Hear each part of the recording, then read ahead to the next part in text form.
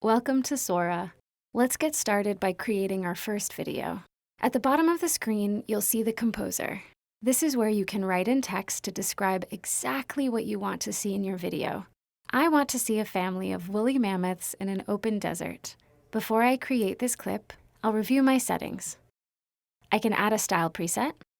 I can change the aspect ratio, increase the resolution, increase the duration, and even change the number of variations of clips from a single prompt. And finally, hovering over the help icon will tell me exactly how many credits will be used by creating a video at these current settings. And this all looks perfect.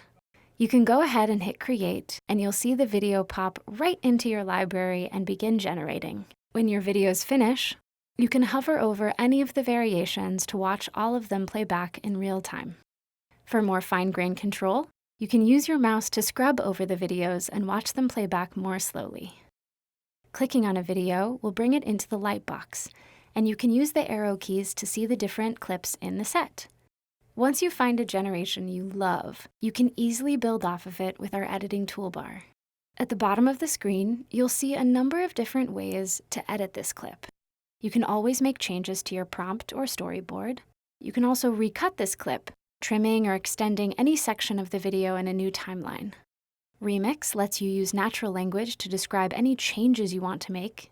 Blend lets you transform and influence the contents of a video with that of another one. And Loop lets you create a seamlessly repeating section of a video. And voila!